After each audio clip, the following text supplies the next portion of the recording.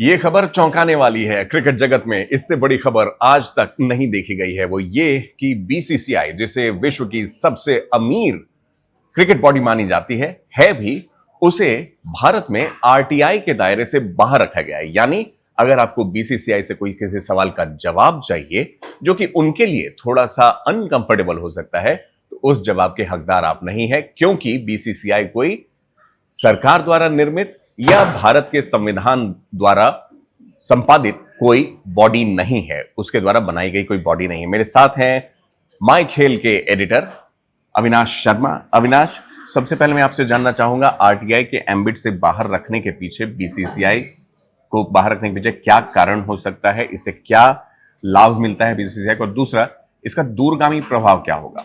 देखिए पंकज, सबसे पहले थोड़ा पीछे जाते हैं। पिछले साल जब national sports act, governance act की जब बात हो रही थी, और जब हम स्पोर्ट्स जर्नलिस्ट, जब हमने एक इनफॉर्मल, जब हमारी स्पोर्ट्स मिनिस्टर के साथ जब मीटिंग भी हो रही थी, तो उसमें भी ये बातें हो रही थी काफ़ी ज़्यादा कि क्या बीसीसीआई आरटीआई एम्बिट में आएगी, क्योंकि नेशनल स्पोर्ट्स गवर्नेंस एक्ट के अंतर्गत जितने भी स्पोर्टिंग फेडरेशंस हैं उन सबको आरटीआई एक्ट के अंदर एम्बिट में आना पड़ेगा। तो कहीं ना कहीं उस वक्त भी ये बातें हो रही थी, और वो मॉनसून सेशन का वक्त था जब इन सब चीजों पे बातें हो रही थी, चर्चा हो रही थी। पहले तो ये बात कही गई कि बीसीसीआई जो है वो आरटीआई एम्बिट में आएगी, लेकिन अगले ही दिन जो है वो नैरेटिव चेंज हो जाता है और गवर्नमेंट ये क्लियर करती है अपना स्टांस कि हम बीसीसीआई को आरटीआई एम्बिट में नहीं लाएंगे। तो ये इसकी जो पटकथा थी वो तकरीबन 7-8 महीने पहले ये बन चुकी थी, और उस पे अब ये जो मद्रास हाईकोर्ट का ये जो रूलिंग आया है उसको एक स्टैंप देता है।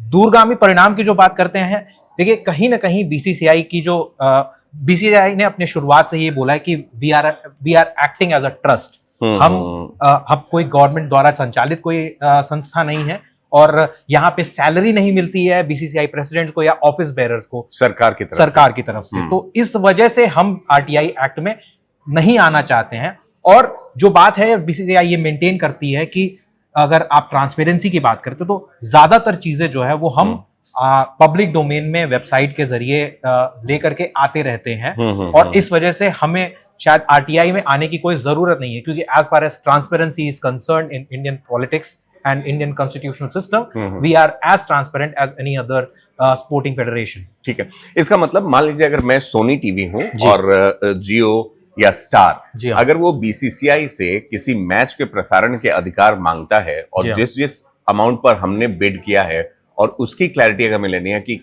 ये बिड पर्टिकुलर किसको क्यों दिया गया, तो उसकी जानकारी हम अब नहीं ले सकते हैं आरटीआई से। हम आरटीआई से नहीं ले सकते हैं, लेकिन कहीं ना कहीं ये बात बीसीसीआई या जो बोर्ड है ये बताने के लिए वो बातें जरूर हैं कि किसको हाईएस्ट बिडर जो था उसको कितने ज्यादा बिड पे या कितना लोएस्ट बिड पे हमने जो कॉन्ट्रैक्ट है वो ऑफर किया है, ये बीसीसीआई बताता तो है। लास्ट जब हमने देखा था, जब आईपीएल 2025 के लिए, आईपीएल के लिए जब ऑक्शंस हुए थे तो भी बताया था। राइट्स जब बेचने की बात हो रही थी, स्टार जब मेटा फेसबुक जब हुआ करता था उसने बिड किया था, जहां पर स्टार स्पोर्ट्स और जियो को मिल करके एक मिला, सोनी जहां पे हारा था। तो उन सब जगहों पे बीसीसीआई ने जरूर बताया था कि हाँ इतने की राइट्स थी, ई ऑक्शन हुआ था, हमने बिड सबमिट कराए थे, और हाईएस्ट बिडर को हमने ये जो कॉन्ट्रैक्ट है for the next cycle of IPL वो हमने अवार्ड किया है। तो वो सारी चीजें बताते तो जरूर है। हाँ, आरटीआई के एम्बिट में आ जाने में जाहिर तौर पे थोड़ी और ज्यादा जो जवाबदेही वो जरूर बढ़ जाती है, और उसमें कोई भी सवाल उठा सकता है। अभी तो हम सिर्फ बड़ी कंपनी की बात कर रहे हैं। बहुत जल्दी एक आखिरी सवाल मैं अविनाश आपसे लूंगा, जो लबोलुआब होगा कि भाई ऐसा क्यों किया गया। इसमें एक नाम है जिस पर लोग उंगली उठा रहे हैं, जिसके ओर इशारा कर रहे हैं, लेकिन अपने दर्शकों के लिए मैं बता दूं जल्दी से, जो मोटा मोटी जो इस मूव के पीछे जो कारण है, वो जो छूट के आधार है वो ये दिए हैं कि सीआईसी ने, यानी केंद्रीय सूचना आयोग ने पाया कि बीसीसीआई पर सरकार का कोई गहरा नियंत्रण नहीं है। इसी तरह बोर्ड मीडिया अधिकार, प्रायोजन और टिकट बेचने से अपने वो खुद ही राजस्व जो है वो बनाता है, रेवेन्यू बनाता है। जो टैक्स की रिलीफ है या जो नियमों से और जो कानून से रियायतें मिलती हैं उससे उस पर कोई खास असर पड़ता नहीं है। और जो मार्केट ड्रिवन जो एक कॉन्सेप्ट है उस पर आयोग ने कहा कि बीसीसीआई जो है वो एक वैश्विक क्रिकेट का फाइनेंशियल सेंटर बन चुका है, जिसके आधार पर इंडियन मार्केट में आईपीएल की सफलता उस पर निर्भर करती है, उससे वो बनाई गई है। इसलिए इस पर कोई भी सरकारी नियंत्रण थोपने से इसके फाइनेंशियल मॉडल को बदलने की आवश्यकता नहीं है।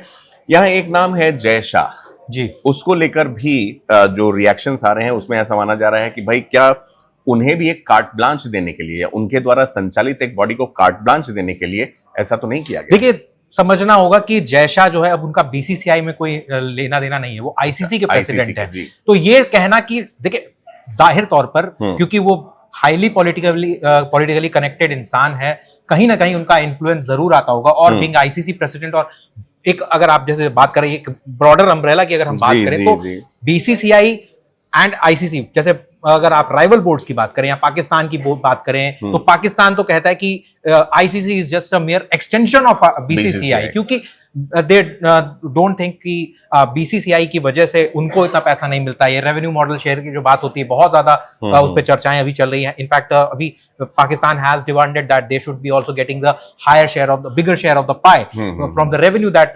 BCCI and the ICC generate. उस पे बीसीसीआई का अपना कहना है और आईसीसी कहीं ना कहीं बिग थ्री जो चलते आ रहे हैं उनके फेवर में आती रहती है रूलिंग।